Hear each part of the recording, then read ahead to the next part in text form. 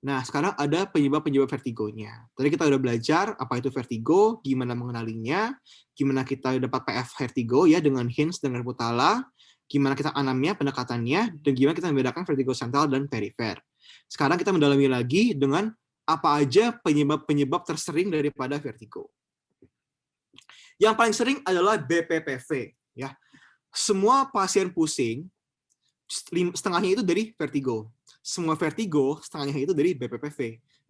Berarti ergo seperempat dari semua pasien pusing itu BPPV. Berarti kemungkinan besar pasien datang dengan keluhan pusing itu BPPV. Jadi apa sih BPPV? Itu disebabkan oleh adanya batu ada yang di labirin ya. Adanya di sistem kanalis semisirkularis ataupun di utricle, sebenarnya di kanalis semisirkularis saja ya. Dan dia itu ada dua teori. Ada kanalilithiasis dan ada kupulolithiasis. Bedanya itu apa? Kalau dia adanya itu batunya bebas di kanal, ya ada 3 kanalis anterior, posterior atau lateral, itu adalah kanalilithiasis. Kalau dia batunya itu nempel di ampula crista, di kupula, dia itu berarti adalah kupulolithiasis. Ini hanya patofisiologi dan secara klinis asal kalian tahu batunya itu ada di kanal itu nggak terlalu pengaruhi terapi juga ya. Nah, dan dia itu terapinya tuh definitifnya bukan pakai obat, tapi dengan particle repositioning maneuvers. Ya. Jadi ciri-ciri vertigo itu apa pada BPPV? Vertigo BPPV itu adalah vertigo yang perifer dan yang hilang timbul. Terutama adalah yang hilang timbul oleh yang dicetuskan oleh gerakan kepala. Berarti kalau kalian temu pasien ada vertigo hilang timbul yang kalau gerak kepala itu muncul, itu udah hampir ya pasti itu adalah BPPV. Dan serangannya itu cepat ya, cuman hitungan detik, maksimal tuh semenit. Mungkin semenit lebih dikit lah. Ya, tapi dia tuh nggak pernah ber-5 menit lah, 10 menit nggak pernah. Berjam-jam lah, nggak pernah. Itu detik ke menit. Dan dia tuh mual, muntahnya bisa hebat ya. Dan dia tuh faktor risiko ada 2. Riwayat trauma kepala sebelumnya yang merusak batunya, yang melepaskan batunya supaya dia lepas, ataupun usia lansia akibat degenerasi. Pemeriksaan Hinz pada BPPV gimana? Ayo, ada yang bisa jawab? Pemeriksaan Hinz pada BPPV gimana? Sentral, perifer, atau ada spesialnya nggak?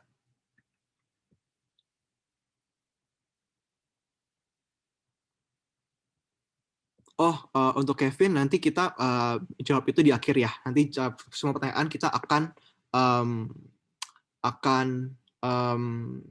rangkum pertanyaan, kita akan diskusi di akhir. Ya. Tapi bukan paper, tapi lebih kayak precaution ya, karena itu manipulasi ke cervical. Untuk laporan kasusnya mungkin belum ada ya, tapi menarik juga sih kalau ada. Oke, ada yang mau jawab? Ayo, Hinz gimana pada PF? Oke, nggak ada yang jawab ya. Ini jebakan. Hinz nggak boleh dilakukan pada pasien BPPV. Ya, kenapa? Karena BPPV itu detik ke menit. Berarti Hinz-nya itu nggak akan signifikan. Provoking maneuvers-nya itu gimana? Itu ada Dixhall Pike dan head roll, lock roll. Bedanya itu apa? Ya, Dixhall Pike itu untuk BPPV yang ada di kanalis semisirkularis, kanal, yang di anterior atau posterior. Ya, dia itu klasiknya itu untuk posterior, tapi dua-duanya itu bisa. Dan gimana kalau head roll atau lock roll? Head roll atau lock roll itu untuk vertigo yang ada di kanalis lateral atau horizontal. Ya. BPPV 90% kasus itu disebabkan oleh batu yang ada di posterior.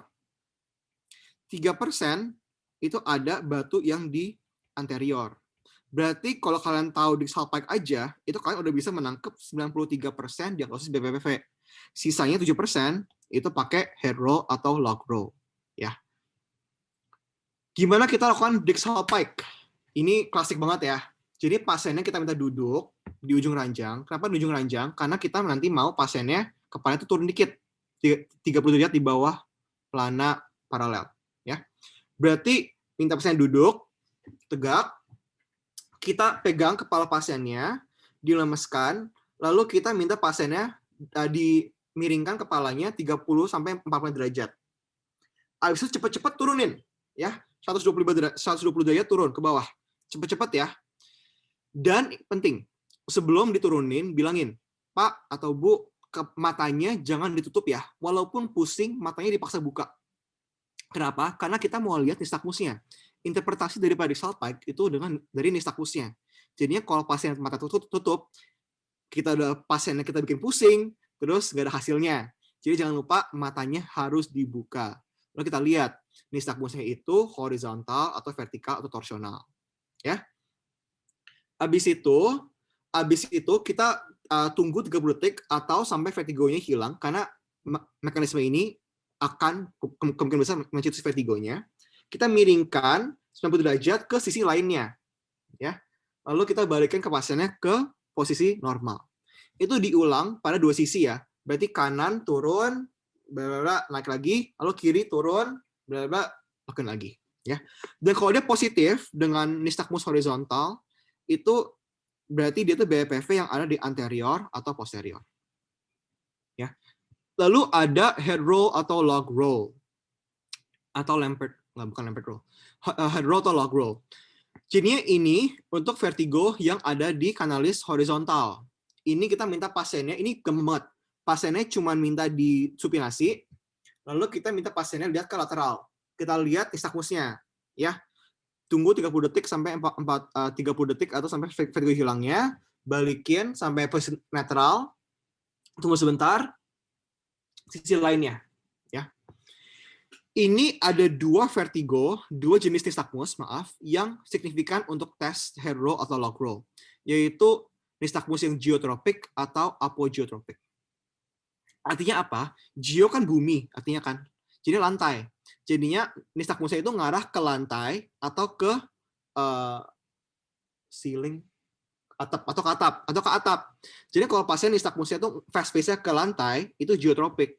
Kalau dia fast face-nya ke atas, ceiling, itu berarti ke atap, itu berarti apogeotropik. Sebenarnya itu kata-kata fancy untuk bilang nistagmus horizontal ya. Sebenarnya itu doang sih. Tapi sebenarnya hasilnya itu juga akan menunjukkan vertigo yang horizontal. Terapi pada BPV itu apa? Suportif itu sama ya. Kalian bisa kasih beta-histin atau meklizin atau dimenhidrinat juga boleh. Untuk anti mualnya kasih metoclopramid atau ondansetron atau domperidone, itu bebas. Nah, secara klasik emang terapi BPPV sebenarnya hanya memerlukan manuver. Tapi karena manuver ini tuh akan mencetus rasa pusing, itu akan mencetus vertigo pasien. Ya, jadinya ini itu sebaiknya dilakukan 3-5 hari setelah dimulai terapi medikamentosa. Sebenarnya ini alasannya itu cuma supaya ini nyaman untuk pasiennya, ya. Manuvernya apa? Ada 3 yang penting: Epley, Lampert, atau Brandarov.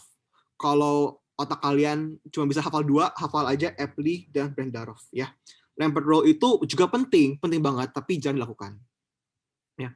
Epley itu untuk vertigo yang anterior, posterior. Lampert roll itu untuk vertigo yang horizontal atau lateral. Ya. Dan anterior, posterior, dan ini tuh dua-duanya office based. Artinya apa? Yang lakukan ini harus dokter dan harus dipoli. Pasiennya nggak bisa lakukan sendiri. Kalau Brandarov, dia itu didesain untuk vertigo PPPV yang anterior posterior, tapi dia juga bisa kerja untuk vertigo yang lateral. Ya. Dan dia itu enaknya, dia itu bisa home based.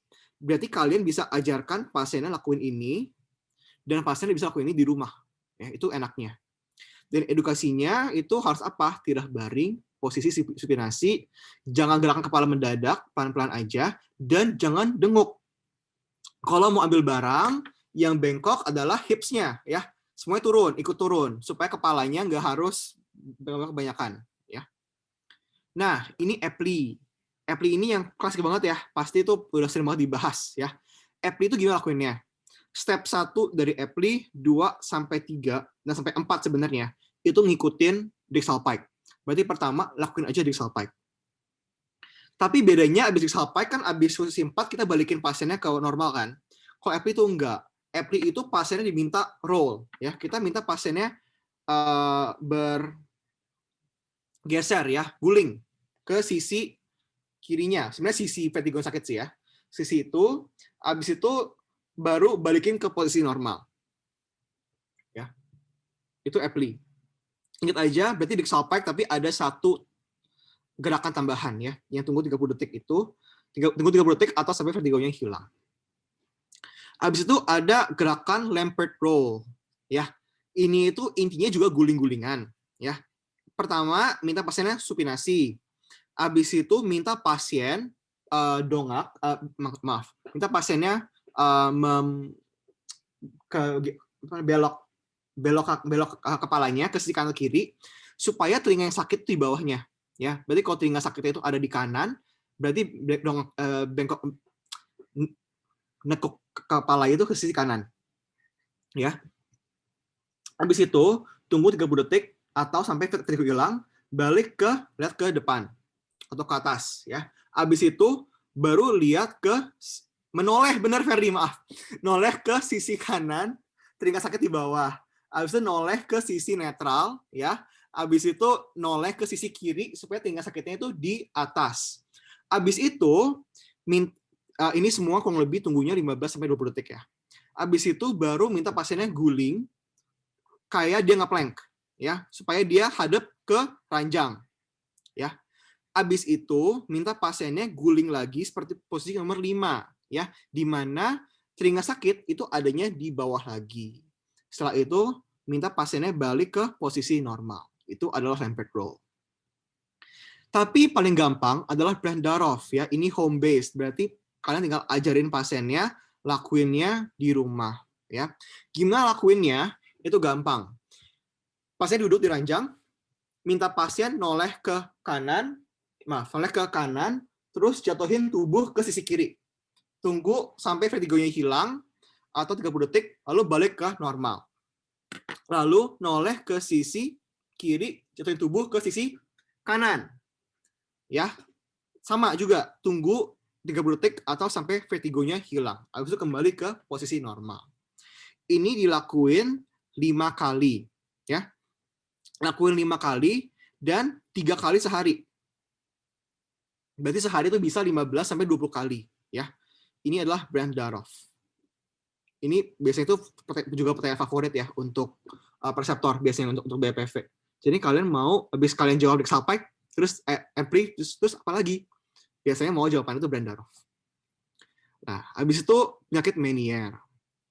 Meniere itu juga vertigo perifer ya, dan dia itu disebabkan oleh gangguan daripada labirin atau telinga dalam. Dan pada Meniere itu ada triasenya, vertigo yang perifer, tinnitus, dan juga tuli sensori neural. Dan dia itu episodik. Dan dia itu disebabkan oleh hydrops endolimfatik. Itu kata-kata yang fancy, kata-kata yang keren untuk bilang dalam labirinnya itu banyak cairan. Berarti itu disebabkan oleh gangguan penyerapan cairan di dalam labirin ya. Dan dia itu episodik dan ada siklusnya, ada aktif dan remisi. Remisinya itu bisa berbulan-bulan ya. Juga bisa berminggu-minggu ya. Jadi vertigo pada Meniere itu adalah perifer ya, hintsnya berarti perifer. Ada tinnitus dan ada sensory neural hearing loss yang unilateral, dan dia itu episodik spontan, berarti hilang timbul. Tapi dia itu lebih lama daripada BPPV. Kalau BPPV kan cuman berapa lama sih?